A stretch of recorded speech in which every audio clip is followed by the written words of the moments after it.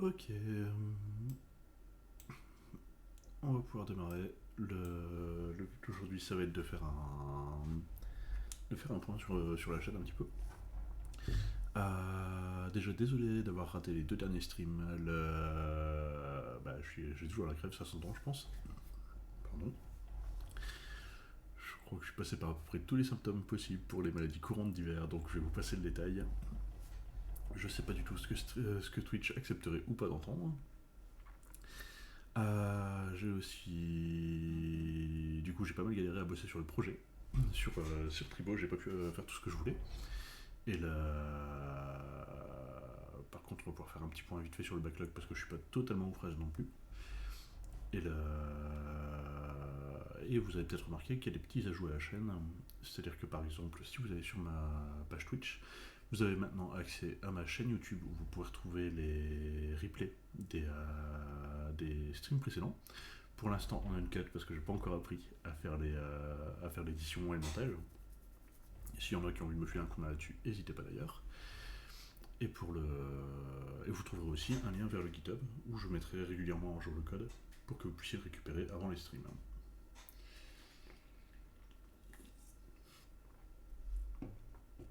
Ok. On va pouvoir faire un point, comme je le disais, sur le projet. Donc pour cette semaine, ce qui était prévu, donc sur le sprint 01, on avait prévu de faire le initial cleanup, c'est-à-dire de nettoyer notre repo. Ça, c'était une tâche qui était terminée normalement.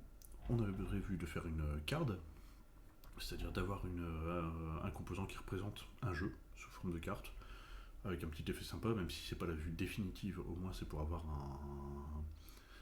un premier visuel avec lequel on va pouvoir travailler. On avait aussi par contre la tâche de faire un layout, c'est-à-dire la structure globale de mon site. Ça c'est pas encore fait, c'est la tâche sur laquelle je me suis raté. C'est-à-dire que je pensais avoir le temps dans la semaine de bosser ça, et ça n'a pas été le cas. Et cliquer sur la carte d'un jeu pour me diriger vers la page de détail du jeu en question. Ça c'est ce qu'on va peut-être faire aujourd'hui, ça va me permettre de travailler avec React Router. Alors, sur le sprint backlog, pour faire le petit point encore une fois. Donc les cards, je vais considérer que c'est fait pour l'instant. J'ai toujours bossé sur le fait d'afficher le terminal sur Ubuntu et on va pas en avoir besoin pour l'instant, donc ce sera pas bloquant. Et aujourd'hui, on va s'attaquer au détail d'un jeu. Non, plutôt layout. Ça me chiffonne un peu d'avoir des cartes pas terminées. Pour regarder vite fait ce que ça donne, là j'ai une carte qui est plutôt basique. J'ai pris volontairement un vieux jeu, un jeu de 1986 qui s'appelle D-Marker.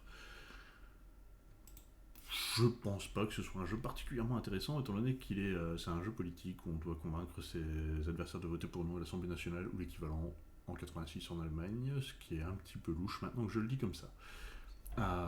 J'ai fait le setup pour qu'on puisse avoir la version mobile et la version desktop pour voir à chaque fois où on en est. Donc là, à chaque fois que je clique sur un élément, on voit que sur mobile, l'événement over sur mobile n'a aucun sens. Le fait que vous passiez votre doigt au-dessus de l'écran, on est d'accord que le téléphone ne le détecte pas. Par contre, si vous tapez si vous cliquez sur la carte, vous avez exactement le même comportement que si vous êtes en over sur la carte du jeu en version desktop. Ok, maintenant on va pouvoir passer au code en lui-même. Je vais reprendre mon game card. Attendez 2 petites secondes. Mon game card, je vais le laisser là. Je vais te faire mes composants. On revient sur l'app. Et moi, ce qui va m'intéresser, c'est qu'est-ce que je fous autour de ma game card. Qu'est-ce que je veux voir sur ma page en fait. Ah bah ça y est, je suis plus tout seul. Salut. Qu'est-ce que je vais vouloir voir? Je vais vouloir voir un header. On commence bien. Un main. Et un footer. Le game card pour l'instant je vais le virer, puisqu'on va le déplacer pour le mettre sûrement dans le main. Si je fais ça, forcément, mon VS Code m'engueule, mon terminal aussi, il n'y a plus rien qui marche. Pour une raison simple, c'est que j'ai pas les composants header, main, footer. Je vais en faire des composants les plus bateaux possibles. Dans Components, je crée un nouveau dossier.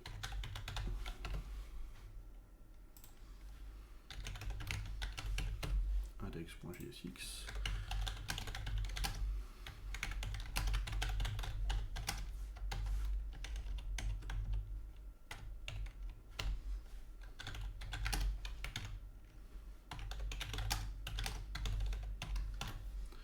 Un petit message juste pour m'assurer que ça fonctionne. Et ici, le header, il va falloir que je l'importe.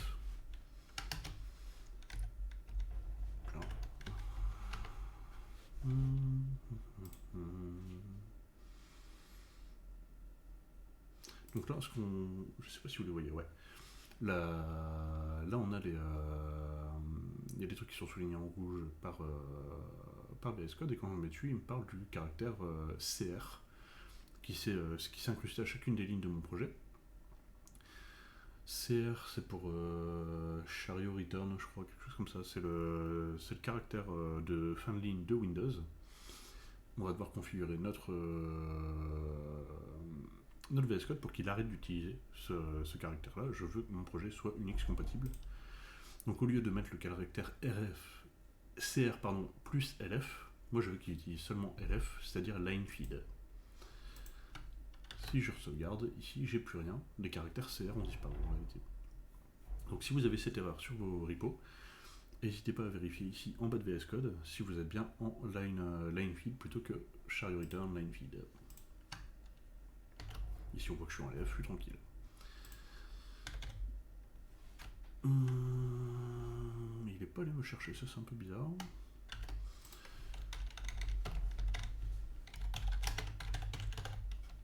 Import et... J'ai mis des doigts en savon aujourd'hui, ça va être génial. Import header from components header.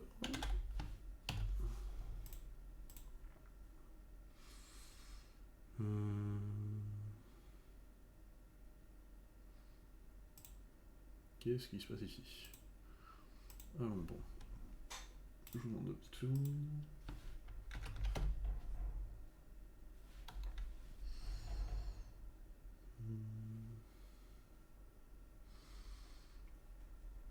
Non, ça n'a pas l'air de le faire.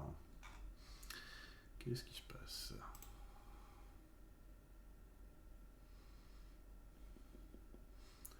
Il ne s'attend pas à trouver le mot export.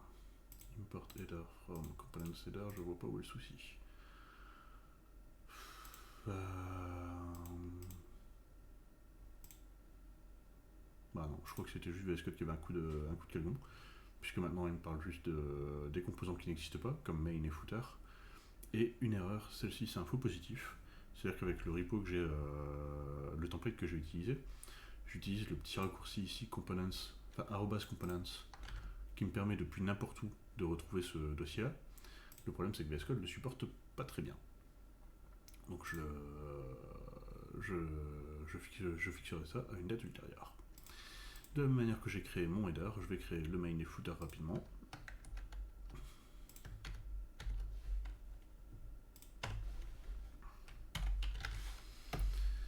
Main, et là ils m'ont foutu header dedans.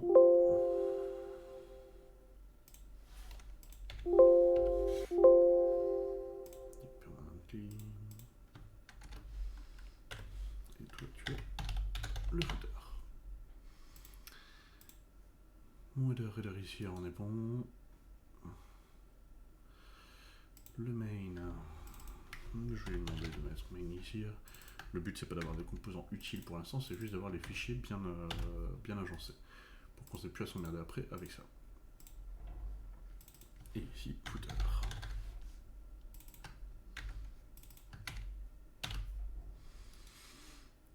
Depuis mon app, maintenant j'ai toujours une erreur sur main et footer pour une raison simple, c'est que je les ai pas importés encore une fois. Je vais dire va me chercher main. imports sur Windows me font n'importe quoi.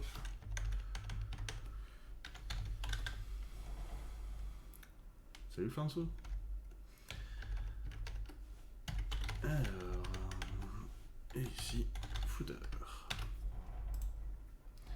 J'ai plus d'erreurs, ça va me suffire. J'ai un petit pépin. Qu'est-ce qui m'affiche? Non, on est bon.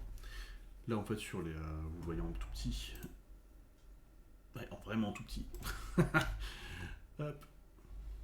Je vais passer en 200, je pense que c'est bien lisible. Là, en gros, l'idée, c'est que j'ai tous mes textes, les uns à la suite des autres, sans aucune ponctuation. Parce que c'est ce que j'ai demandé à mon VS Code. Je lui ai jamais demandé de faire des display blocks, etc., etc. On vient là-dessus.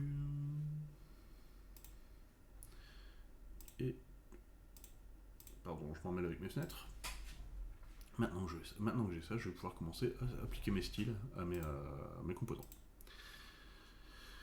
Mon header, je vais lui demander d'avoir une... on va tout de suite faire un peu de style avant de mettre le contenu. C'est-à-dire que je veux au moins avoir des plaques de couleurs pour que ce soit visible sur les miniatures que vous avez là. Donc au lieu d'utiliser un fragment comme ici, je vais lui demander d'utiliser la balise header dans un premier temps. Et je vais aussi lui demander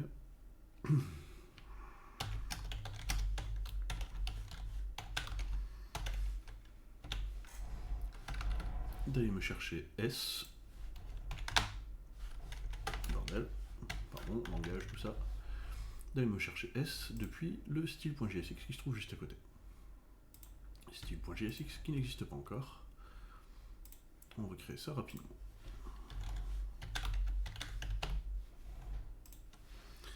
J'importe style from style components et j'exporte par défaut un header. Puisque j'ai dit qu'ici j'avais encore un petit CRLF qui se promène, puisqu'ici j'ai dit que j'avais un header, pardon, dans l'index, j'ai plus besoin de préciser que c'est un header. À la place, je vais juste lui dire, bah ça c'est mon style. Ce S là, je peux le renommer en style, hein, c'est pas je peux lui donner le nom que je veux. Ce style, c'est tout ce qui est exporté par style ici. C'est-à-dire que c'est mon header et je peux commencer à lui claquer les couleurs que je veux. Donc je vais venir ici et lui dire background color yellow green bien sûr, et j'ai bien mon header maintenant qui vient tout faire en lettres. Ouais, forcément yellow green. Après je vais essayer d'avoir une vraie charte graphique, mais j'ai pas pu pousser dessus cette semaine. C'était un peu chaud. Donc là je vais pouvoir, maintenant que j'ai ça, je vais pouvoir faire la même chose pour le footer. Salut Ridegron, Jeb français.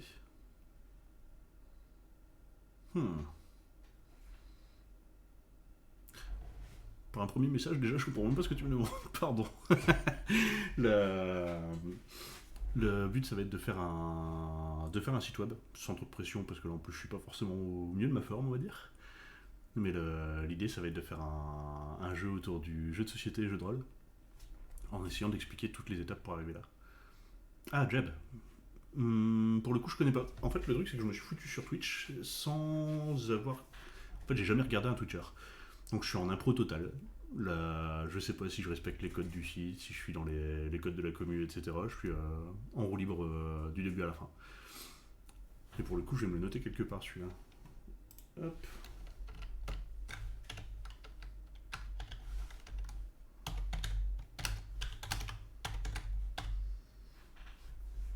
Ce sera maté. Merci bien. Alors...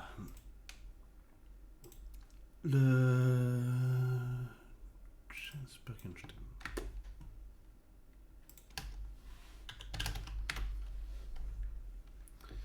Ça fait longtemps que j'ai pas fait ces components, j'avais pas moyen d'exporter une fonction directement. Attends, tu voulais faire quoi, France? Ah si, tu peux. Enfin, tu peux l'exporter nommé, mais ça n'a pas des masses de sens. Puisque tu vas pouvoir si tu fais un export default ici, dans le fichier, tu peux la nommer SLR si tu as envie. Donc finalement, t'as pas de vrai gain à lui donner un vrai nom.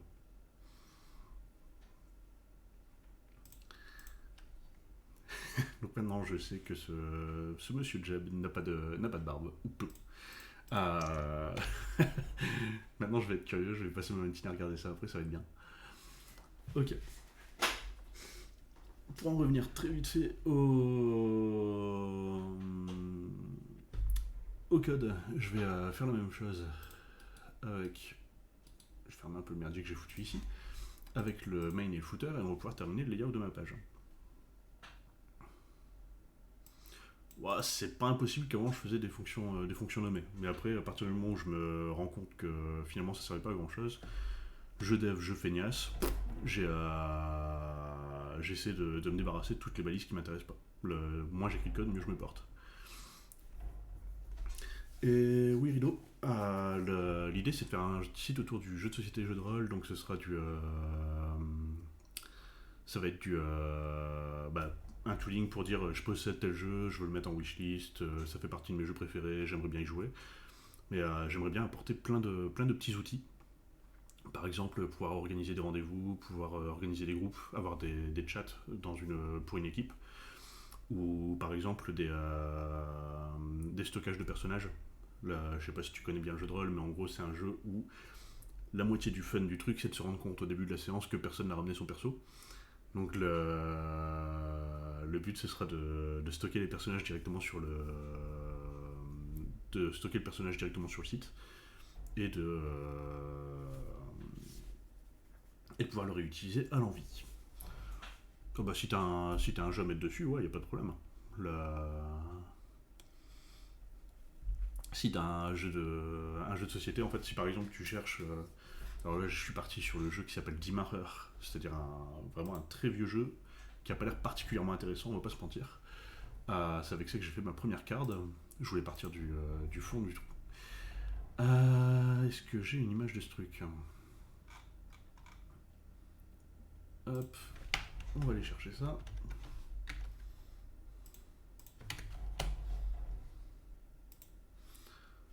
Ouais, désolé, c'est tout petit. Et par exemple, si tu as ce jeu-là ou si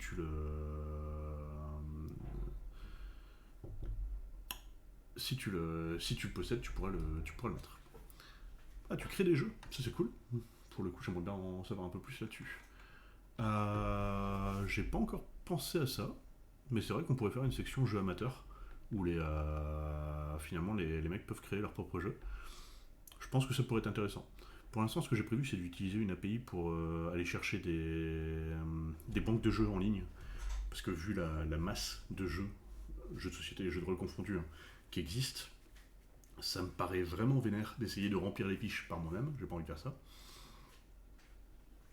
Ah, là, sans savoir, désolé. Je préfère partir du principe qu'on est.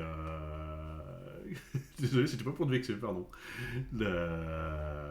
L'idée, c'est que si le jeu est dispo sur l'API, je vais l'importer automatiquement. Et s'il n'est pas dispo sur l'API que je propose, on peut imaginer proposer un formulaire à remplir. Je vais noter ça avec une priorité basse par contre.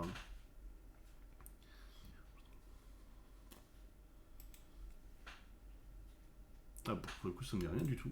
Mais je vais noter ça. Alors, ajouter un jeu en tant que. Peut-être pas Canmin, mais en tant que meneur.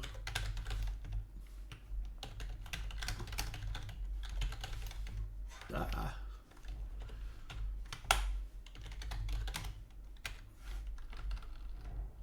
Je ne sais plus écrire, au secours. Ajouter un jeu.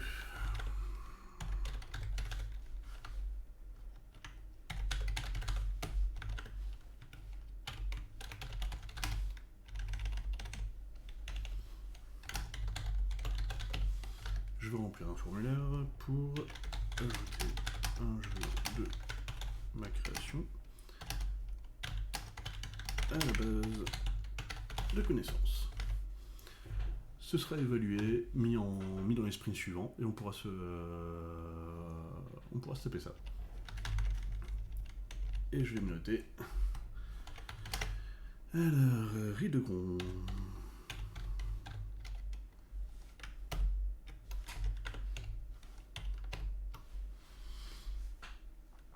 Groupe Foydan.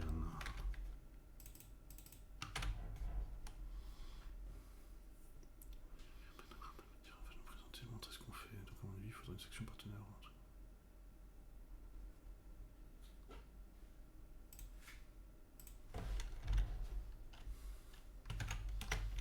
Ça roule.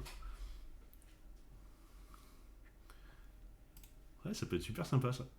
Bah, n'hésite pas à m'envoyer un MP là-dessus si t'es intéressé par ce genre de truc. Là, on va peut-être pas.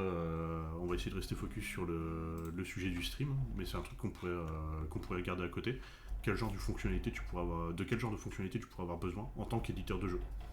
Ça pourrait être des. Moi, ça me permettra de mieux comprendre tes besoins. Et du coup, le site que je suis en train de faire, il pourrait peut-être utile.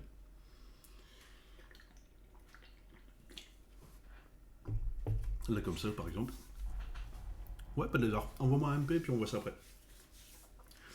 Là, on voit ça sur. Mais là, par exemple, pour un éditeur, je suis en train de penser, un éditeur pourrait avoir besoin d'ajouter son jeu, de lancer un appel à playtest, par exemple pour dire on va lancer un jeu en bêta, est-ce que vous voulez bien le tester pour nous, faire des retours. Il y a tout un rideau de fonctionnalités qu'on pourrait ajouter à ce site. Mais je vais me le garder pour plus tard. Déjà, on va afficher le layout correctement. Alors.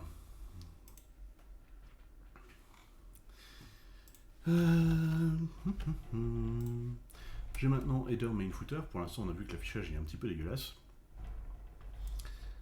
Je vais aller voir dans le footer, me créer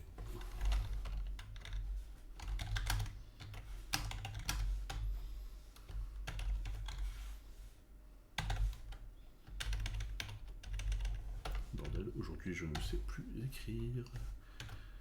C'est un peu gonflant. Voilà, donc là, ça c'est tout bon. Par contre, j'ai pas le fichier style, faut que je le crée tout de suite, sinon je vais avoir des catastrophes. Et pour celui-là, je vais pas trop m'emmerder. Hop là, non. Ce style, la seule différence avec l'autre, c'est que lui, il crée un footer.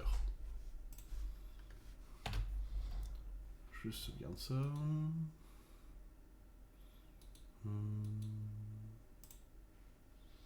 Alors, j'ai des gros problèmes. Footer index.jsx, est-ce qu'il existe? Bah, normalement, oui.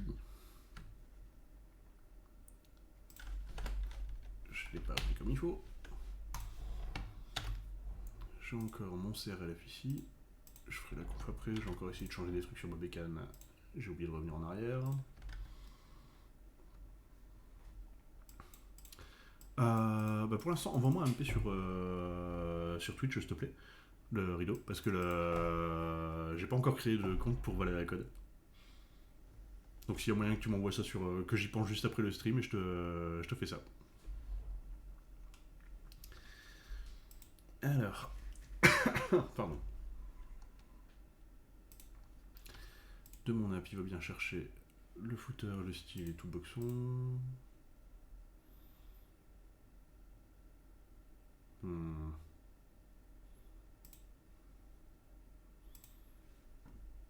Alors ici, a priori, j'ai juste un problème d'affichage.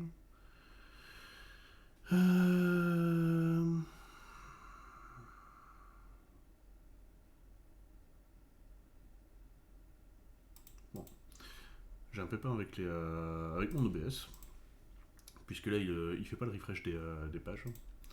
Je vais essayer de rajouter un petit peu de contenu dedans. Voilà.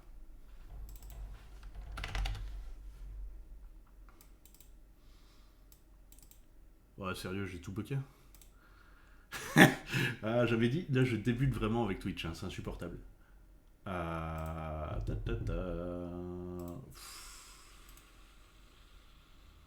Où est-ce que j'ai foutu ça?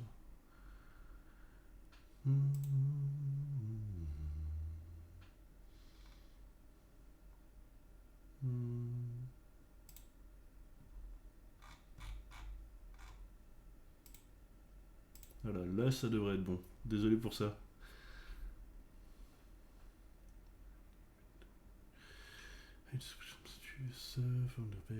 Normalement, on est bon.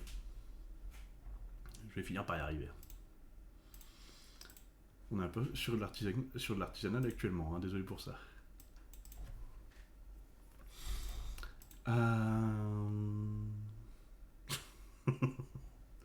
Ouais, je me suis un peu foiré là. Bref, pour mon site, ce tribot ne me sert plus à rien. Et dans mon composant main, à la place du main que j'ai mis ici, je vais lui demander d'aller me chercher la game card.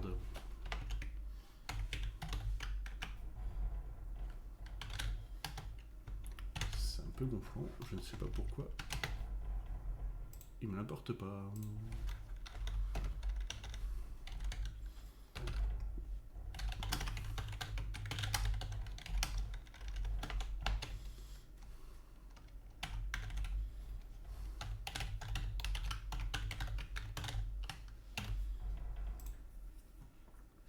Donc maintenant, j'ai bien...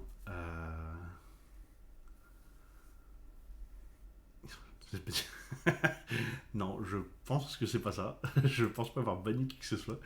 Mais c'est pas impossible du tout. Je suis juste pas bien doué avec Twitch pour l'instant. Je vais finir par y arriver, mais quand, je sais pas du tout.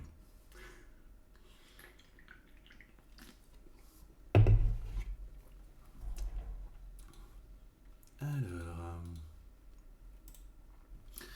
Donc maintenant, j'ai bien ma carte telle que je l'avais designée avant. Mais elle est correctement entourée de mon header et mon footer. Mon header, il est bien placé, je veux le... J'aime presque toutes les monsters. J'aime le monde. Il y en a vraiment qu'une ou deux qui sont dégueulasses. J'aime bien le... Et ça me permet de tenir correctement pendant 1 heure et demie. Par contre, mon footer, il n'est pas du tout placé là où je veux. C'est-à-dire que vous avez le... Là, en fait, dès que j'ai plus de contenu HTML à afficher dans ma page, le footer s'affiche tout de suite. C'est même pire que ça. Si on regarde en pleine page de ce que ça donne, là, si je survole ma carte, on voit que la carte de survol, c'est-à-dire celle qui me permet d'avoir plus de détails sur Dimmerer, elle est même carrément en dehors de la zone réservée au site. Donc, pour régler ça, il va falloir que j'arrive à forcer mon footer à redescendre au minimum à 90% de ma page par exemple. Si je décide que mon header fait une height de d'IVH, d'IVH c'est 10% du viewport, c'est-à-dire 10% de cette zone-là. Je crois que si c'était possible de trop en boire, je le ferais. Et jusqu'ici, les problèmes de digestion, j'ai pas trop eu. Je vais pas tenter le diable, hein, le but c'est pas d'en boire plus non plus. Mais normalement, là, mon sang est monster. Ce 8 d'IVH, je vais mettre exactement le même sur mon footer. Donc là, j'ai le header et le footer qui ont des tailles qui ressemblent un peu plus à un truc correct, même s'il n'y a pas encore de contenu. Le problème, c'est que mon footer, actuellement, est mal placé. Pour ça, mon main, je vais lui ajouter à lui aussi un style. Hop.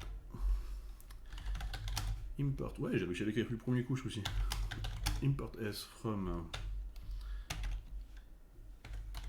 style comme ceci.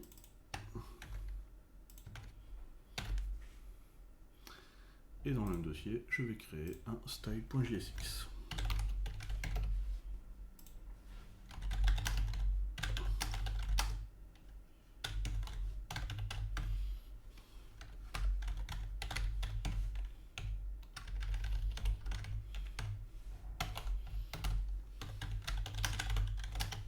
export default, style, donc là je suis dans le main, je vais utiliser la même balise.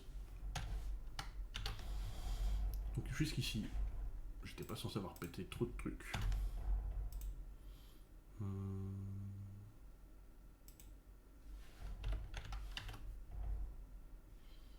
Ah, voilà.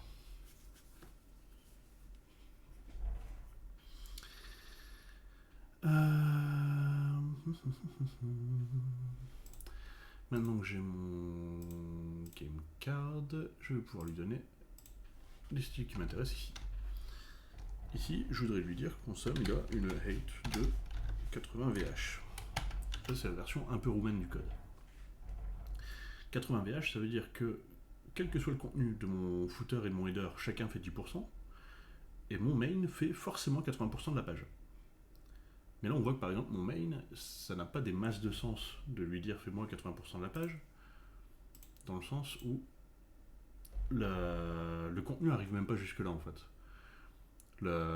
Et si j'avais des centaines et des centaines de cards, d'ailleurs on va pouvoir le simuler assez facilement.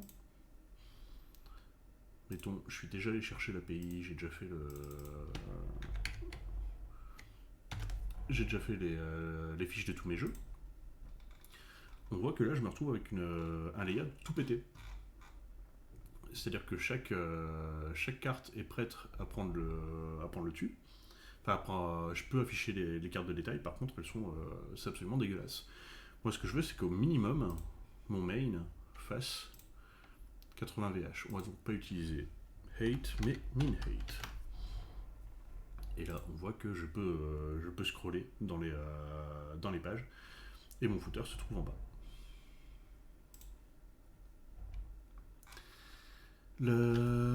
Quoi d'autre? Ce 80 VH, il m'emmerde un petit peu finalement, puisque si je décide plus tard que mon header, mon footer, finalement 10 VH ça fait trop, ça fait un peu moche, je les passe à 5.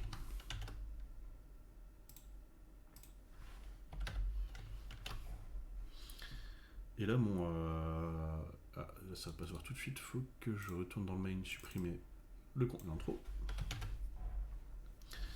Donc là j'ai passé le header et le footer à 5 VH de hauteur. Le problème c'est que si, comme j'ai dit que le main faisait 80 VH, ça fait forcément dégueulasse, puisqu'ici j'ai encore une zone de 10 VH totalement vide. Ce que je vais lui demander... Pardon. Dans mon dossier principal, je vais créer un nouveau fichier que je vais appeler variable.jsx.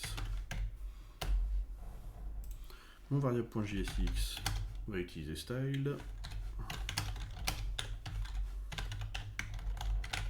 On verra qu'il y a moyen de faire ça un petit peu plus proprement plus tard. Export default. Style.div.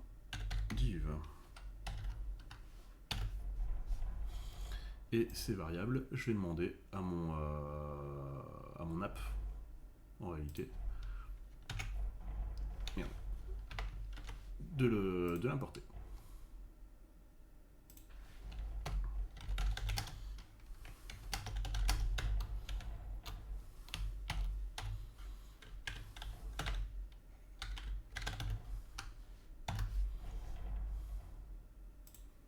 Ok.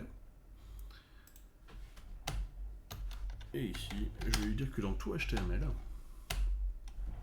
je veux c'était des variables. Par exemple, je vais lui dire que j'ai un petit doute.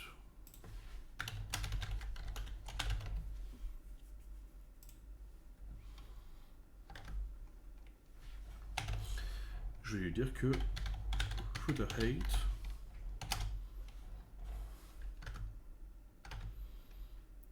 c'est 10 VH. Je vais me mettre header height, je trouve ça un peu plus sympa.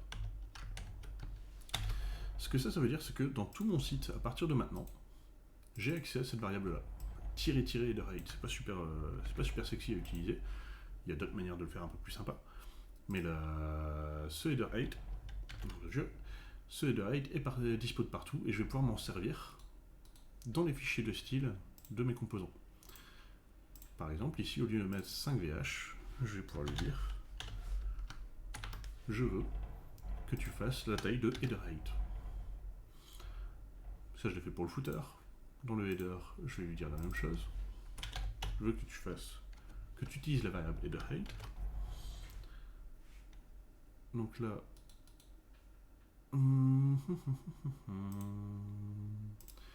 j'ai mis 10VH, ça devait prendre plus de place que ça. Qu'est-ce que j'ai foutu, moi?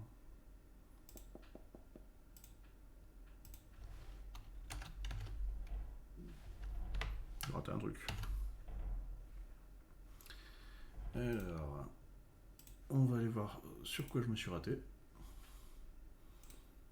Clic droit ici, inspecter. Ce header doit bien aller chercher header 8 ici. Et ce header 8, on voit qu'il n'est pas appliqué parce que header 8 n'est pas défini. En fait, vous l'avez passé un peu dommage. En fait, là j'ai une petite box qui me dit que header 8 n'est pas utilisé, n'est pas disponible à cet endroit-là. Donc ma variable CSS, mon instruction CSS est bonne, si ce n'est que ça c'est nul en fait. Il n'y a pas de contenu dedans. Donc je vais retourner ici dans mon app. Normalement je m'en servais. Variable.jsx. Ah oui, super. Là je lui ai dit les balises HTML qui se trouvent dans ma div ont accès à header 8. Ouais, si un jour je mets un HTML dans ma div, prévenez-moi, faut que je me mette à élever des chèvres, faut que j'arrête tout. Forcément, HTML, quand on reprend la structure classique d'un site web, HTML c'est la toute première balise. Donc je m'amuse pas à mettre du HTML comme je l'avais fait ici. Ça voudrait dire une balise HTML qui se trouve dans cette div. Ce qui n'a absolument aucun sens. Je sauvegarde et on voit sur les... vous voyez directement qu'on est monté à 10 VH pour le header et le footer. Et depuis tout à l'heure, vous êtes sur ça, vous n'avez pas vu la modif que j'ai faite, pardon. Ce que je voulais vous montrer, c'est ça. Ce que j'avais écrit dans le variable.jsx, j'avais mis ceci. HTML à l'intérieur d'une div a accès à header 8. Comme je vous l'ai dit, même si je ne vous l'avais pas montré, HTML n'existe pas à l'intérieur de cette div, donc il vaut mieux que je le dégage. Maintenant que j'ai ça, on revient sur le browser. Je reprends mon élément, le header par exemple, et on voit ici que header 8 maintenant vaut 10 VH, et je peux le supprimer si j'en ai envie. Donc vraiment cet inspecteur va me permettre de faire pas mal de choses. On peut fermer ça. Je reviens à mon VS Code, et on peut reprendre. L'intérêt c'est que maintenant, si je décide que 10 ça fait trop, je peux le passer à 5, et mon site s'adapte partout. Avec ça, normalement, je suis tranquille. Je peux changer le contenu de mes variables à volonté. D'ailleurs, ce serait peut-être une idée de mettre le yellow green là-dedans, parce que je pense que c'est un style qui va pas faire long feu. Pour ceci, je vais lui dire color main yellow green. Et dans le reste de mon projet, à chaque fois que j'ai mis yellow green, je vais pouvoir lui dire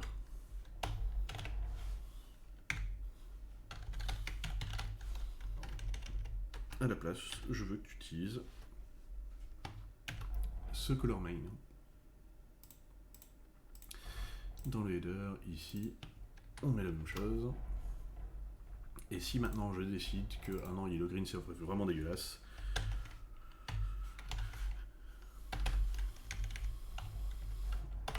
je veux mettre du violet. Je vais pouvoir changer automatiquement tout le style de mon site en une seule fois. Je vois que ça discute un petit peu dans le chat, je vous regarde dans 5 minutes. Bon, le violet, on va se le garder pour plus tard. Yellow green, c'est bien pour l'instant.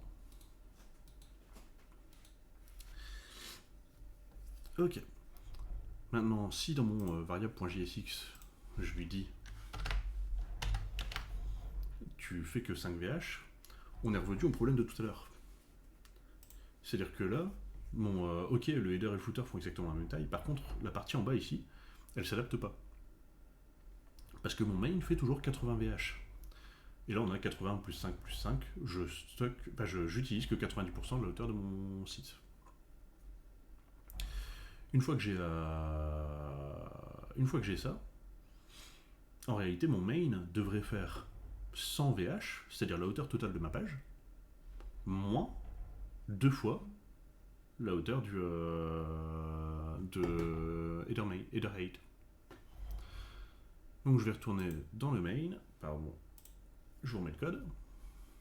Pour mon main, je vais chercher le style, et le min height ici, je vais lui dire, toi maintenant tu seras le résultat d'un calcul. Ce calcul, c'est 100 VH, la hauteur totale, moins 2 fois la variable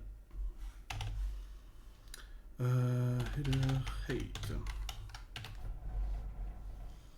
Et on voit que là, que ce soit sur mobile ou sur desktop, le footer est au pixel près en bas. Il n'y a plus d'espace perdu en dessous.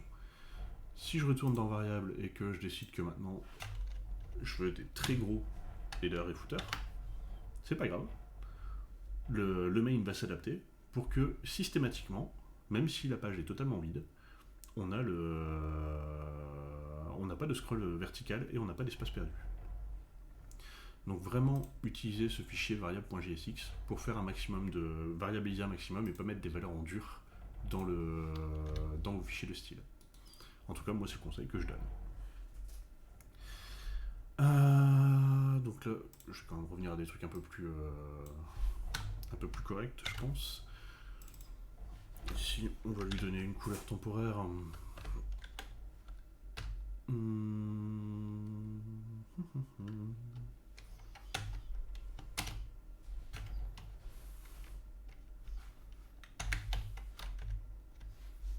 Alors, on va aller chercher un violet sombre, parce que pourquoi pas, ça rappellera voilà, le code.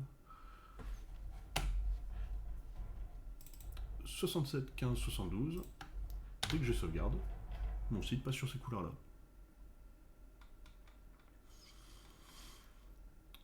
Je vous laisse me dire dans le chat s'il y a des trucs qui vous ont pas paru clairs dans tout ce que je viens d'expliquer. Et moi je regarde vite fait ce qui s'est raconté dans le chat. Alors, avec Copilot. Tout le monde me dit la même chose. Je trouve ça un peu dommage parce que en fait Copilot de Microsoft est basé sur tous les repos de GitHub. Microsoft a racheté GitHub il y a 4 ans maintenant, je crois. 4 ans, 5 ans. Et ils viennent de sortir Copilot en version commerciale. Et Copilot, c'est une IA qui a été du machine learning ou deep learning, je ne me souviens jamais la différence entre les deux. Mais en gros, ça a été entraîné avec tous les repos disponibles sur GitHub. En soi, ça paraît être une bonne idée. C'est juste un peu dommage parce qu'ils n'ont pas regardé s'ils avaient le droit de le faire. Ou s'ils ont regardé, ils s'en foutaient un petit peu. C'est-à-dire que non seulement ils ont pris les repos privés et publics de GitHub, donc déjà Microsoft a fait un petit peu un abus de pouvoir sur ce coup-là, en prenant des repos qui n'étaient absolument pas disponibles pour entraîner leur IA. Et même parmi les repos publics, normalement, il y a souvent des fichiers de licence qui disent ce qu'on a le droit ou pas le droit de faire avec le code en question. Et Microsoft s'est gentiment torché le cul avec ces fichiers de licence. Donc en fait, ils ont entraîné leur modèle d'IA avec tout le code qu'ils se sont achetés il y a 4 ans et tout le code que les développeurs continuent de mettre sur GitHub encore aujourd'hui. Donc là, même en poussant du code sur GitHub pour ce projet Tribo, on va continuer de nourrir Copilot. Déjà d'un point de vue éthique, on va dire ça me chiffonne. J'aime pas les GAFAM, je pense que ça vous avez compris le délire. Mais ça me fait un peu chier quoi. Deuxième argument, et je crois que c'est ce que j'ai vu passer c'est ce que j'ai vu passer dans le chat. Là, mon but, c'est de vous enseigner comment coder. Finalement, si je vous montre comment ne plus coder, c'est pas tellement le bail. J'essaye de faire en sorte que la compétence, elle reste utile en fait dans le temps. Et de 3, pareil, ça a été souligné dans le chat par Flance. Le problème, c'est que quand tu te bases sur tout ce qu'il y a de public sur GitHub, tu as aussi accès à tous les repos avec du code pourri ou avec des failles de fonction, avec des failles de sécurité, des trous des vulnérabilités ou du code que tu comprends absolument pas. Donc je suis vraiment pas. Je trouve que l'existence de Copilot elle est géniale, mais je pense qu'il manque une réflexion pour que ce soit vraiment un bon outil. Un dev senior, il peut demander un truc à Copilot, récupérer son code, l'adapter, et il va avoir un truc chouette. Beaucoup plus rapidement que s'il avait dû coder lui-même. Par contre, je pense qu'un dev junior qui utilise Copilot, il pose une question à Copilot, il reçoit un code et il va pas le modifier. Il va à peine le relire. Et il y a vraiment un risque d'introduire des bugs et ou des failles de sécurité dans le projet dans lequel on est en train de travailler. Donc c'est pas que Copilot est mauvais en soi, c'est juste que je le trouve un petit peu dangereux en termes de pour l'instant, parce qu'on n'a pas encore compris les implications, on va dire, je pense.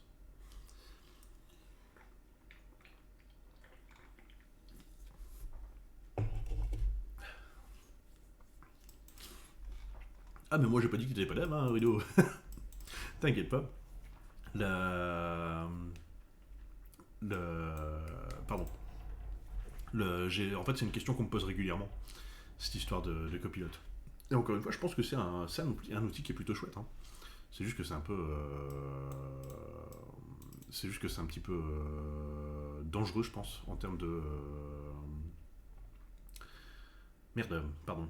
D'un point de vue éthique et d'un point de vue utilisation, pour l'instant, on n'a pas encore le recul pour. J'ai pas prévu d'arrêter, non, là c'était juste. Je faisais une petite pause parce qu'on discutait de copilote.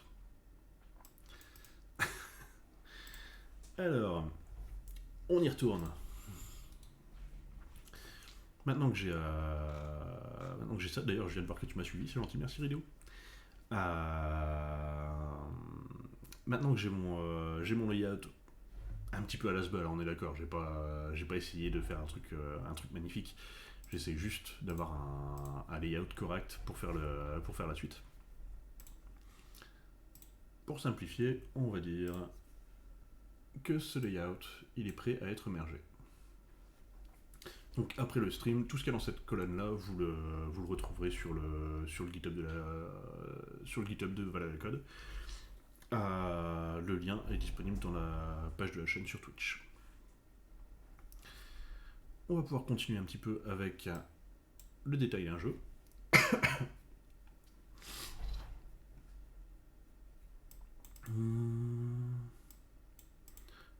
Ça veut dire que tu penses que c'est mal, mais que tu le ferais volontiers. Bah, en fait, pour moi, il y a le côté éthique surtout, il y a le côté, oui, il y a un côté. Finalement, je vais pas reprendre tout de suite le code, hein, désolé pour ça.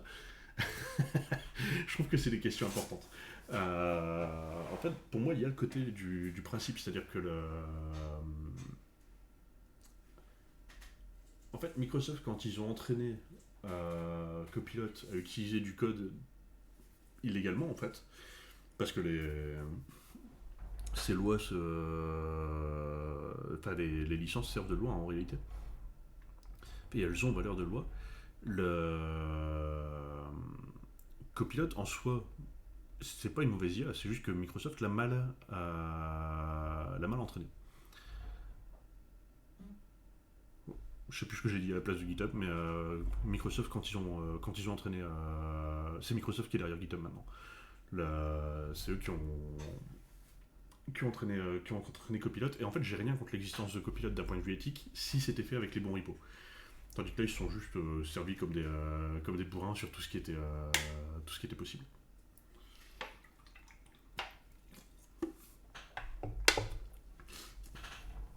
Et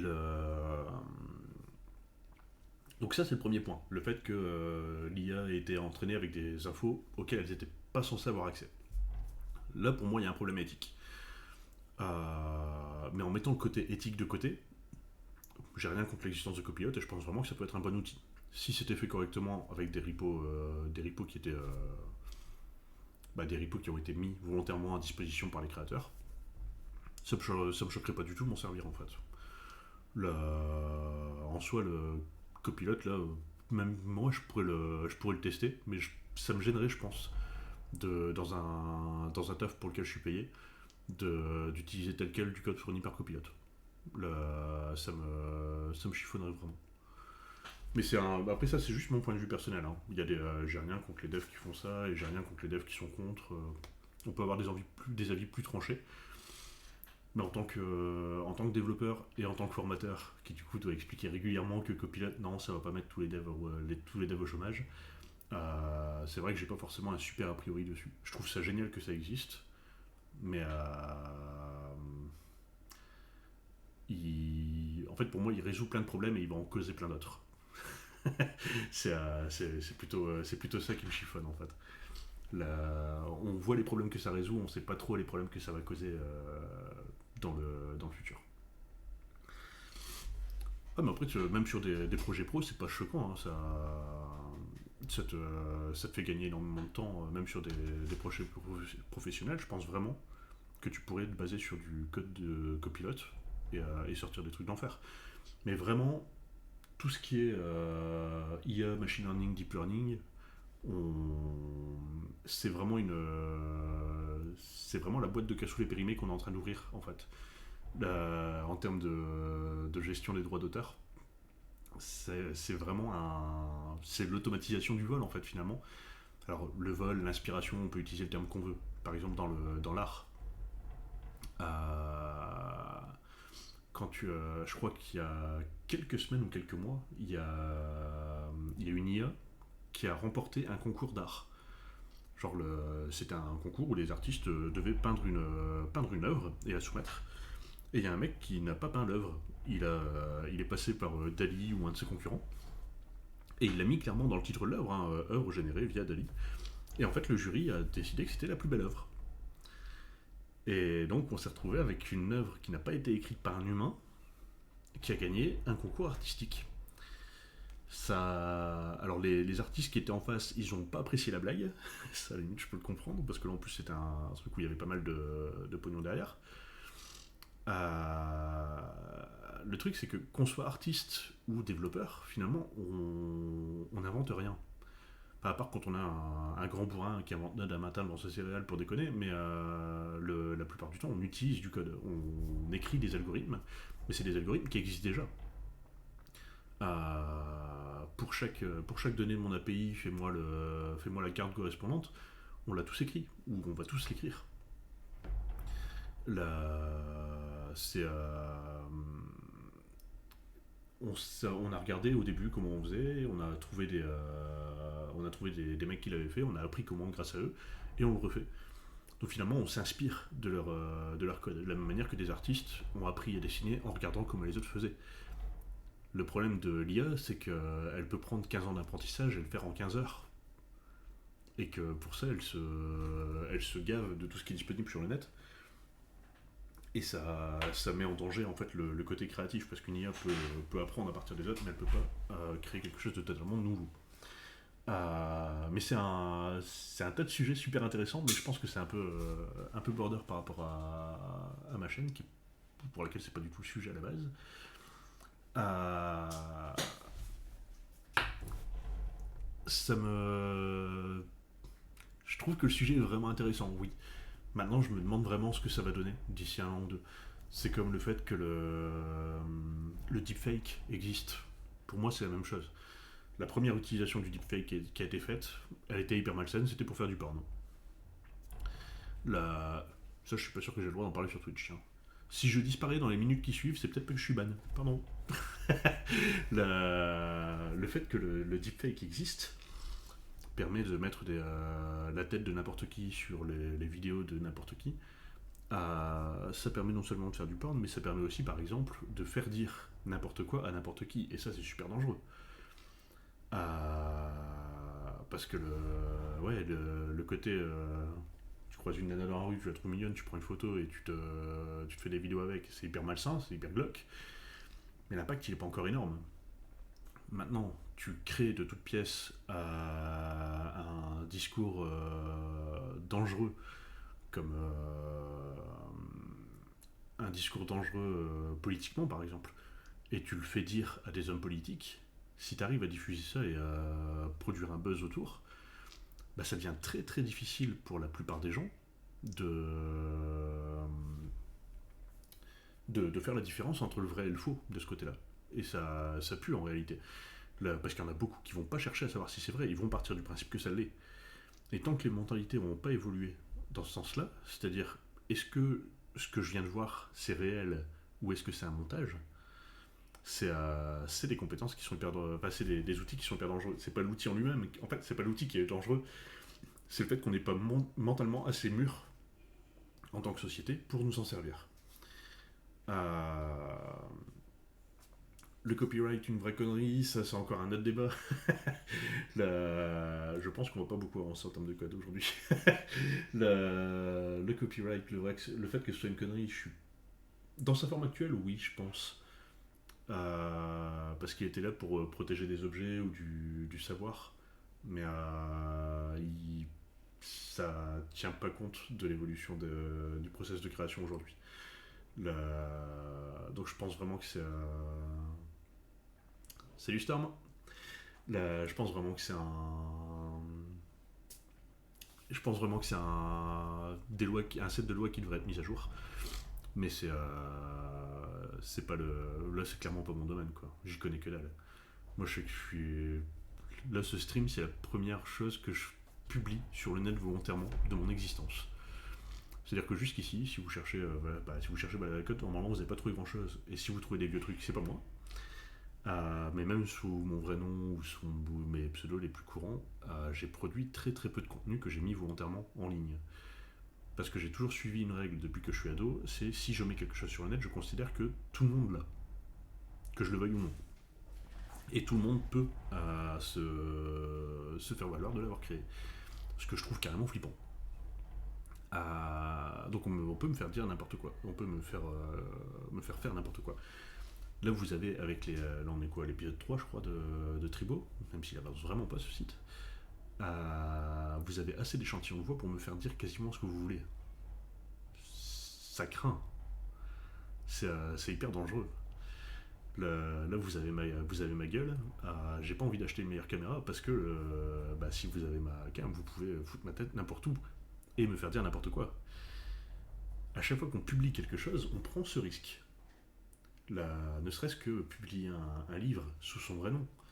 Le problème, il n'est pas récent, hein, c'est n'importe qui crée du contenu et qui le met à disposition du public se met à la merci du public. En tout cas, ça c'est mon point de vue.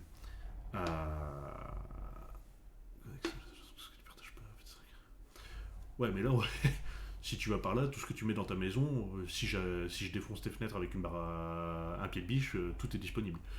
Mais c'est pas le. On va partir du principe, je fais la différence entre ce que tu mets volontairement sur le net et ce qu'on te vole. C'est pas exactement la même chose pour moi. Mais oui, en termes de sécurité, techniquement, tout ce qui est connecté au net peut être volé. Bref. Après ce petit aparté, on y retourne. Ouais, est-ce que Microsoft me vole? Ça c'est encore autre chose. Hein. On parle d'eux, mais on peut parler de n'importe quel GAFAM. Je vous propose de revenir au code. C'est sympa des petits apartés comme ça, on s'en fera peut-être un deuxième tout à l'heure. Je faisais quoi moi? J'avais mon layout de base, j'avais. La carte, je l'avais déjà faite, je ne sais plus ce que je voulais faire, je vous demande 2 petites secondes. Ah oui, le détail d'une carte. Donc on revient là-dessus. Mon but, ça va être de pouvoir cliquer sur une carte après l'avoir survolée. Donc là par exemple, et j'aimerais bien avoir un lien, plus de détails, qui m'emmène sur une autre page. Pour ça, on va utiliser une lib qui s'appelle React Router. Alors, React Router, tutoriel. Donc l'idée c'est qu'en fonction de l'URL qu'on va avoir ici, on va charger un composant différent. Là par exemple, pour l'instant, dans mon... Merde, pardon. Là pour l'instant, à chaque fois que je regarde mon app, je vais systématiquement aller chercher le header, le main, le footer. C'est un...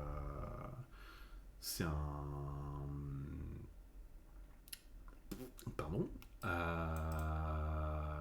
C'est-à-dire que même si je mets Toto, Labo ou n'importe quoi derrière, derrière l'URL de mon site, je vais systématiquement afficher ça. Moi, ce que je voudrais, c'est qu'en fonction de l'URL, il aille me chercher un composant ou un autre. Donc c'est ce que je vais lui demander en allant voir sur React Router. Pour le setup, c'est relativement simple. npm install React Router DOM. Et on va pas utiliser la suite. Je pense que ça devrait être suffisant.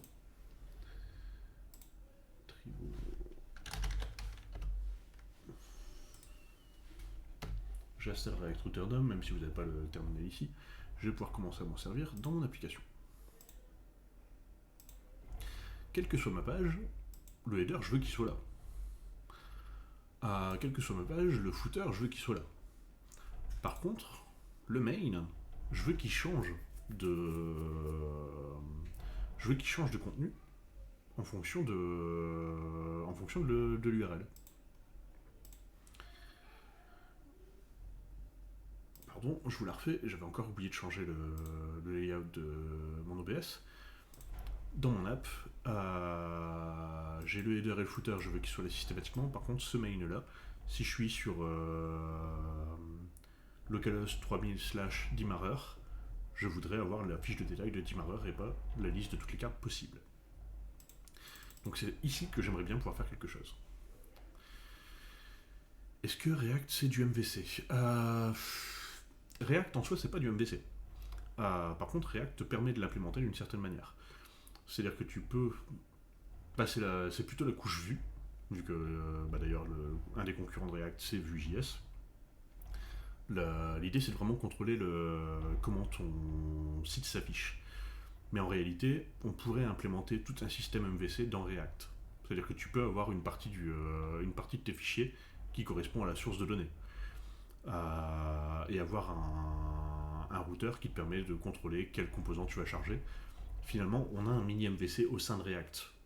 Et quand tu as un site full stack classique, ton site en React, il a un mini MVC interne, et ce mini MVC, c'est la couche vue du site global. Et ce site global est un MVC lui-même. En fait, le pattern MVC,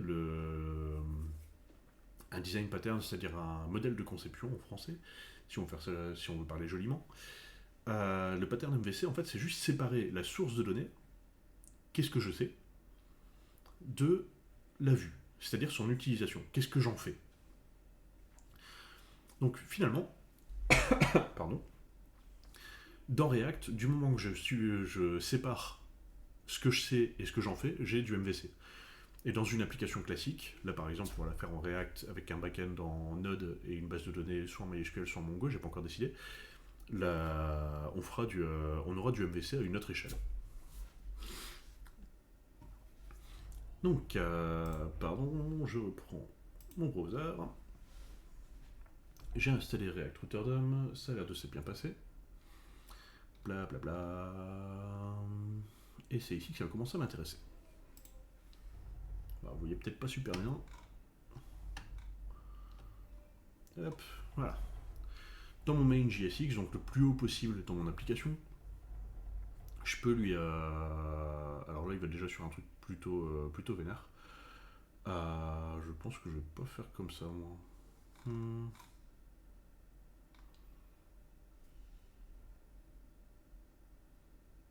Ça m'a l'air un petit peu louche. Bref. Je vais avoir besoin de create browser router, de router provider, de route. Non, on va pas faire ça, ça m'agace déjà. Example, c'est ce qu'il y en a des simples. Alors, basique. src main. Voilà, ça ressemble plus à ce que je connais. Donc si j'appelle React Router, si je vais chercher le browser router, en fait celui-là c'est celui dont je parlais qui disait en fonction de l'URL, appelle-moi tel ou tel composant. Mon browser router va venir encadrer mon app. C'est-à-dire que mon app entière est assujettie à browser router. Si je ressors de mon main et que je vais dans l'app, elle n'a pas changé de gueule, hein, c'est toujours un composant React basique, div, h1, p. Et ici, j'ai des composants route qui me disent ici par exemple, si je suis sur le chemin slash, c'est-à-dire la taille de. Merde. La base de mon site web, je vais charger le composant layout. Si je suis vraiment juste sur slash, je vais charger layout puis la home. Si je suis sur slash about, je vais charger le layout puis le composant about. Donc en fait, on a une espèce de switch qui me dit qu'en fonction de l'URL, je vais charger tel ou tel composant. Et à la fin, je vais faire une dernière route qui dit si je suis sur n'importe quoi, c'est-à-dire si y a quelqu'un qui a rentré le nom d'un jeu qui n'existe pas, ou qui pardon, il a fait une typo et que du coup il a mis n'importe quoi, ou il a juste claqué sa tête sur le clavier pour voir ce que ça donne, on peut lui créer une page 404 pour dire la page que tu as demandé elle n'existe juste pas, et on va te rediriger vers la home.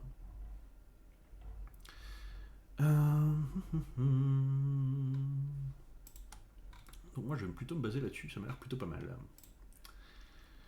Donc dans le main TSX, on me dit va chercher React Router DOM.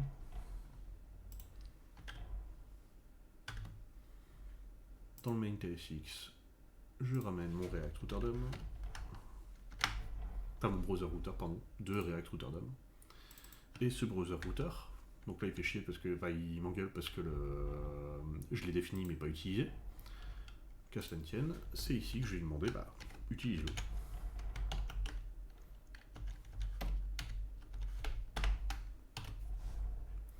Donc là on a bien comme tout à l'heure, mon app est soumise à browser router est soumis à react.strict-mode, dont on ne va pas parler ici pour l'instant. Donc là on est tout bon.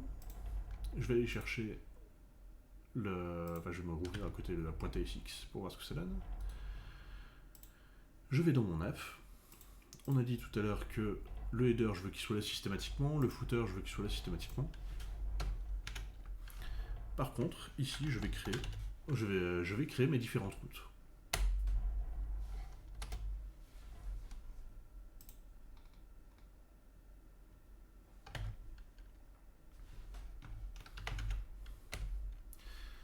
Mes routes, ça va être toutes les possibilités que j'ai sur ma page web. Ça marche à plus rideau. Donc dans mes routes, je vais pouvoir définir tout ce qui me passe par la tête. Je vais lui dire, si tu es sur le chemin de base, donc sur slash, je veux que tu ailles me chercher l'élément, donc le composant en réalité, layout. Nous on n'a pas de layout, donc ça va pas m'arranger. Je vais lui dire je veux que tu me charges main dans tous les cas. Donc ce main je dégage. Là il fait la tronche, pourquoi? Ah, j'ai pas importé route. Hop.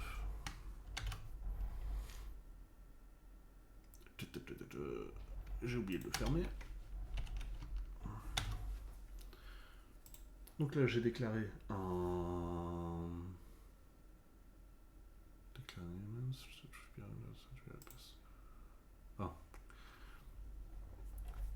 J'ai déclaré que sur mon site, à chaque fois, je veux mon header. Après, en fonction de l'URL, je veux charger quelque chose. Et je veux mon footer. Et si on regarde notre... Ah tiens, les aperçus que vous aviez ont planté. Ça m'arrange pas trop ça. Je le réglerai après le stream.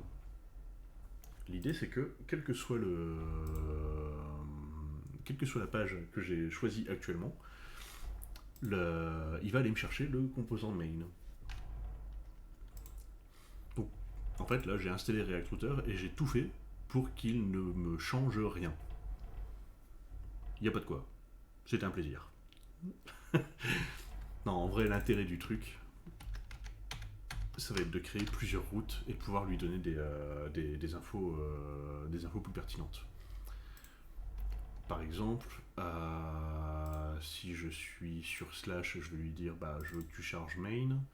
Si je suis sur labo, j'aime bien faire ça en fait. Par exemple, créer une route bac à sable qui va me permettre de tester mes composants un par un sans niquer mon site principal.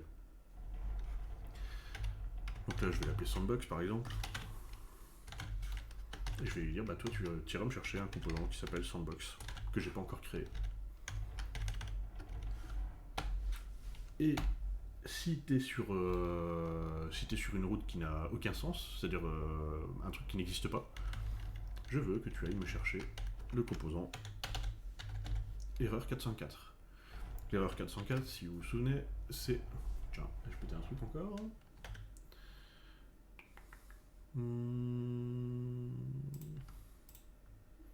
Ouais, j'ai pété un truc.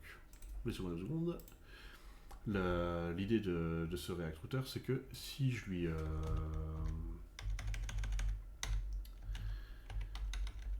ce sera qu'en fonction de l'URL que je lui donne, il aille me chercher le composant qui va bien. Et là, j'ai que dalle. Attendez 2 secondes. J'ai dû faire une erreur de manip. Alors...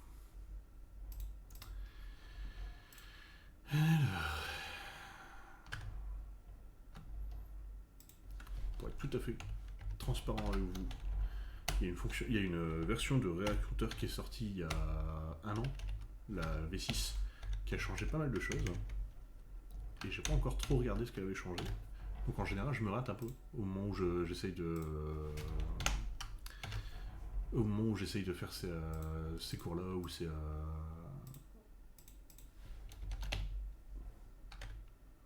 de faire ces cours, ou c'est... Attendez, il y a un truc qui va pas.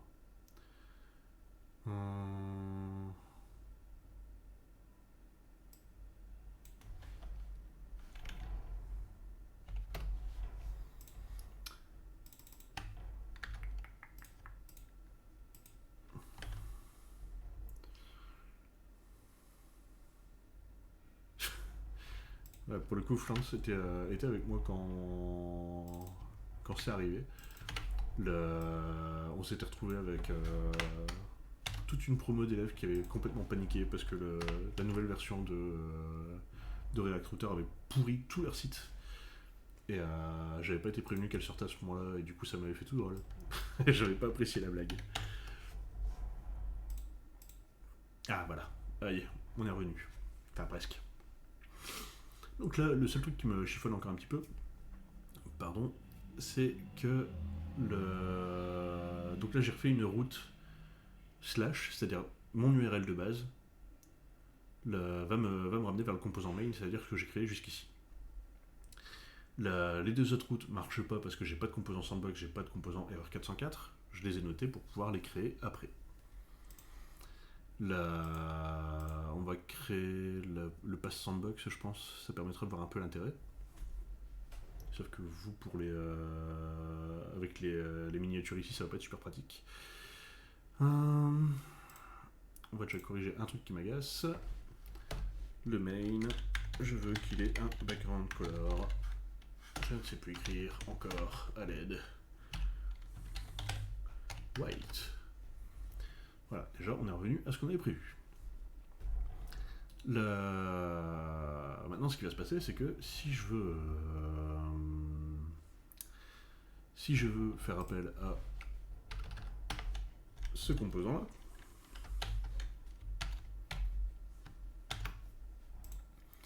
donc je veux une route index qui m'amène vers le main et une route sandbox qui m'amène vers le composant sandbox. Je vais devoir créer une sandbox. Et ici, on va arriver à un truc que j'aime bien faire, pareil en termes de bonne pratique et d'organisation de code. Ce composant main ou ce composant sandbox, finalement, il n'y a qu'un endroit dans tout React où ils vont être utilisés, dans toute mon application, c'est dans cette route. Parce que même si un composant React, il est censé être fait toujours avec l'idée que je peux m'en resservir quand je veux, ceux-là, en fait, ils vont représenter les pages de mon site. Là, j'ai la page principale, là, j'ai la page sandbox, là, je peux avoir la page 404, par exemple. Donc, dans mon VS Code, ce que j'aime bien faire, c'est avoir un dossier pages dans lequel je vais venir lui créer les pages qui vont bien. Donc là, par exemple, je vais créer juste sandbox.jsx. Start default sandbox. J'ai oublié function.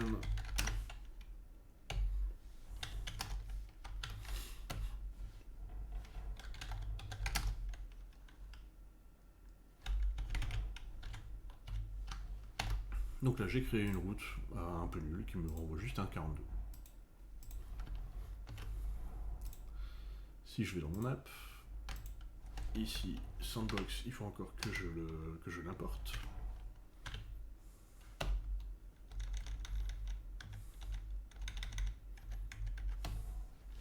Donc, import sandbox from @pages. Attention, il faut que ce soit le dossier dans lequel j'ai mis sandbox.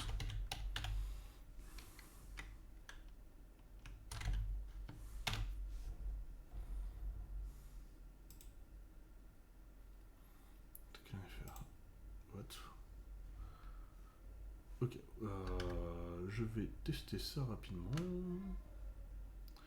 Donc là, je suis dans localhost 3000. Si je vais sur sandbox, vous l'avez pas, pardon.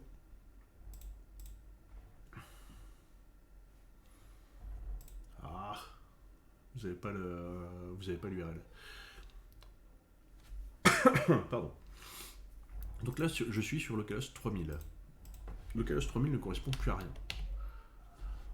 Si je vais sur localhost 3000 /, là, je suis bien dans mon routeur. Donc là, j'ai bien mon site tel qu'il est censé être. Et ça, c'est la racine de mon site. Quand je clique, si je rajoute /sandbox à la fin de l'URL, et que je recharge, il va me chercher le composant sandbox qui me renvoie juste un 42. Donc là, en fait, on a le comportement attendu. Ce qui va être chiant, c'est que j'avais pas prévu dans le stream de faire les pages tout de suite, donc désolé pour ça, ce sera corrigé pour mardi. L'idée à partir de là, ça va être de créer toutes mes pages et de les gérer correctement les unes après les autres. Donc là, vous voyez finalement créer une page sur... Non, vous voyez pas parce que je suis pas sur VS Code. Pardon. Créer une nouvelle page pour mon site, ça devient relativement simple. Je crée un composant dans le dossier pages et dans mon app, je crée une nouvelle route. En fait, React Router, il est un peu chiant à la mise en place, on va pas se mentir. C'est pas le truc le plus fun à faire. Par contre, une fois que React Router est en place, ajouter une nouvelle page à un site et en faire ce qu'on veut, ça vient super facilement. Est-ce que c'est clair pour ceux qui sont là? Vous n'êtes pas bien nombreux aujourd'hui. Je vais partir du principe que ça l'est à peu près. Je vais pouvoir mettre dans mon main. D'ailleurs, finalement, mon main, c'est un... On a vu que c'était la balise main pour ce truc-là. Par contre, je pourrais aussi lui dire que pour Sandbox, finalement, c'est une balise HTML main. Ouais, c'est ça qui m'intéresse. C'est que finalement, je vais pouvoir styler le main, et si je style le main depuis le CSS de mon application, par exemple, peu importe la page sur laquelle je suis, j'aurai le même style qui s'appliquera sur mon site. Quoi d'autre? Ici, je voudrais lui créer... Salut France. Une fois que ça c'est fait, je reprends mon navigateur. Le layout, il est prêt à être mergé. En doing, j'avais le fait de faire une page de détail. Là, on est toujours en train de se travailler sur cette tâche-ci, pardon. Parce que pour l'instant, je n'ai pas de page de détail. Cette page de détail, je vais la travailler maintenant. On revient sur le code.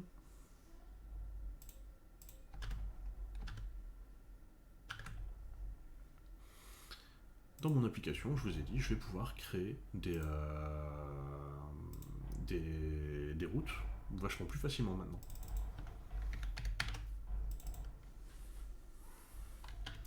Si je vais sur la route game, au lieu de charger Sandbox, je vais lui demander, moi je veux que tu me charges game.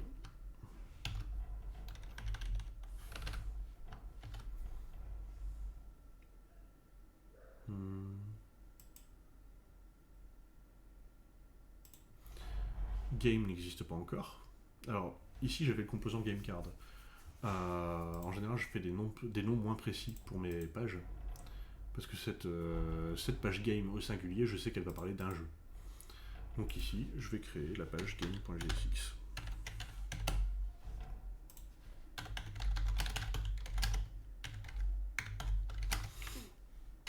Function game. Return.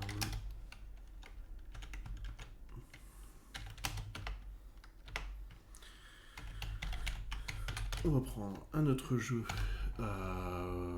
plus connu, celui-ci, Gloomhaven. Très bon jeu d'ailleurs. Long à la mise en place, mais il est plutôt chouette. Et ici, il faut que j'oublie pas de lui dire dans le dossier pages, va me chercher la page qui s'appelle game. Pour la rendre disponible à ce fichier. Et à partir de ce fichier, à chaque fois que je vais taper game dans mon URL, je vais arriver sur une page qui va juste me répondre à... Alors c'est pas celle-ci... qui va juste me répondre Gloomhaven. On retourne sur le browser. Je sais pas pourquoi je suis resté en mode mobile depuis tout à l'heure. Hop. À la place de Sandbox, je vais mettre Game. Et j'ai bien mon Gloomhaven qui apparaît.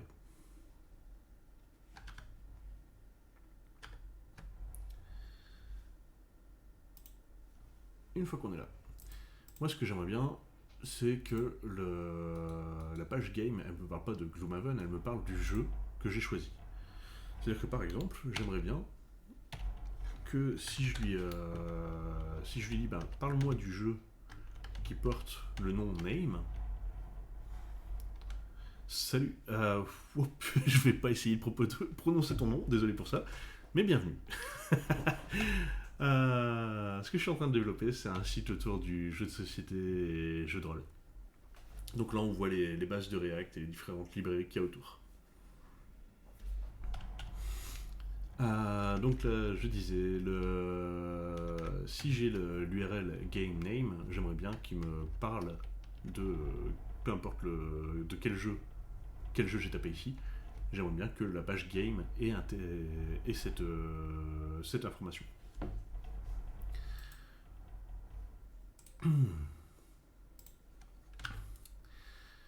Donc pour ça, je vais aller dans la page game. Et ici, je ne veux plus voir Gloomhaven en dur. Ce que j'aimerais bien, c'est avoir le nom du jeu que j'ai choisi à la place de ce mot-là. Name est égal à use params. Là, je vais un petit peu vite sur ce coup-là. Puisque je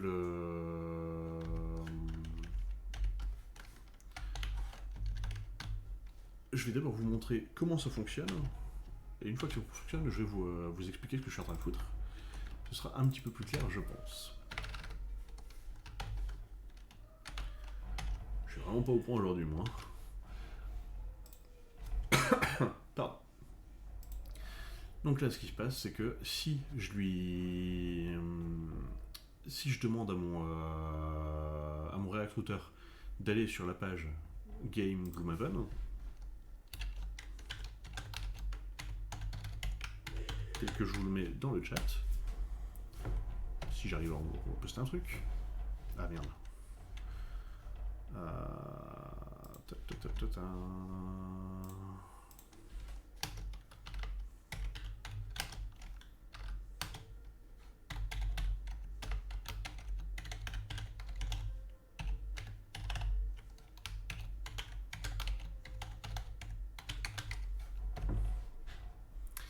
Si je vais sur la page http je sais plus écrire, putain c'est une catastrophe, localhost 3000 game Gloomhaven, je veux qu'il me marque Gloomhaven.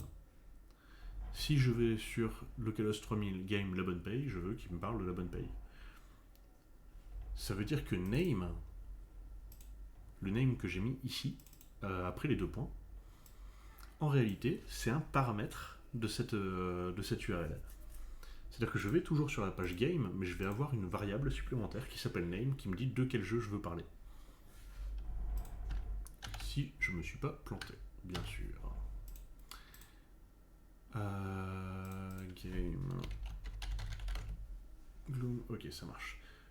Pour faire la petite démo, ici je suis allé sur la localhost 3000 game Gloom, et on voit qu'il me parle tout de suite de Gloom. Si je me dis Gloomhaven, il corrige automatiquement.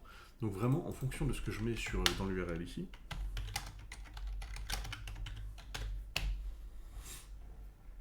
je peux lui faire parler de ce que je veux.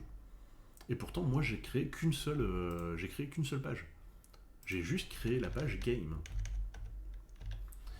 Alors pour l'instant, il peut m'afficher le nom du jeu. Super. C'est pas un super gain.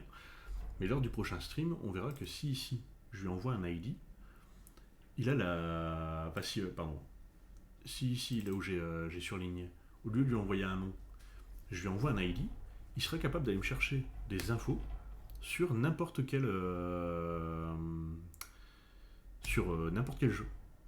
C'est-à-dire que si je lui donne l'ID de la bonne paye, il va me donner le jeu est sorti en telle année, il y a eu telle et telle réédition, il y a eu tel truc. Si je lui parle si je lui donne l'ID de Gloomhaven, il va aller me chercher toutes les infos de Gloomhaven, ou Dimmarer, ou n'importe quel jeu. Et c'est comme ça que je vais faire pour ne pas avoir à me taper la création de 65 000 pages dans mon app.jsx, ce qui m'arrangerait pas trop. Et je pense qu'on pourra se garder ça pour le prochain stream. On a avancé un petit peu plus que ce que j'avais prévu, finalement j'ai eu le temps de faire React Router, même si en très accéléré. L'idée c'est vraiment d'essayer de comprendre que React Router, il vous permet de dire dans votre app à quel endroit vous voulez brancher en fonction de... Enfin, quel composant vous voulez brancher à quelle URL. C'est ça qui est intéressant. C'est-à-dire que là par exemple, si je suis sur la page de base, je veux qu'il charge le composant main. Si je suis sur game quelque chose, je veux qu'il reste sur la page game. La page sandbox, on l'a vu, elle me servira de bac à sable quand je veux créer de nouveaux composants pour pas péter mon site principal. Je peux créer une erreur 404, etc. etc. Je pense que ça va permettre en fait d'accélérer pas mal de développement, puisque je vais pouvoir pour la semaine prochaine, pour la semaine prochaine, on pourra s'attaquer à définir un nouveau sprint mardi soir, et dès que ce sera fait, on pourra s'attaquer à développer des composants pour toutes nos fonctionnalités. Si je reprends vite fait le browser, dans tout ce qu'on avait noté, la structure de base de mon site, elle est faite. Cliquer sur la carte d'un jeu pour avoir une page de détail, je l'ai. Par contre, ce que j'ai pas, c'est quel détail je suis censé afficher. Donc pour l'instant, on est clairement sur une page complètement vide, c'est un peu dégueulasse. L'intérêt, ce sera de continuer à travailler cette US-là, pour lui dire maintenant je veux que tu appelles l'API, je veux que tu me donnes les détails du jeu, même si c'est pas spécialement joli au départ. Le but encore une fois c'est d'avoir la structure de base de notre site. Et on verra ce qu'on pourra prendre pour le prochain sprint. J'espère que ça vous a plu. Désolé encore une fois, je suis vraiment au vrac cette semaine.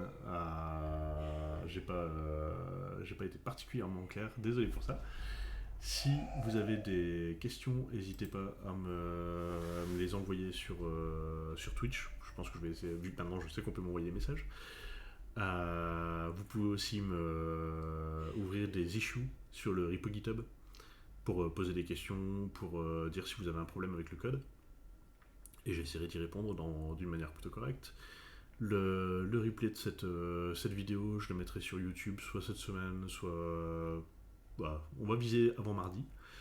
Je vais essayer de l'uploader sur YouTube, mais il restera ici de toute façon une bonne semaine. Voilà. J'espère que ça vous a plu, et je vous souhaite une bonne journée. Salut!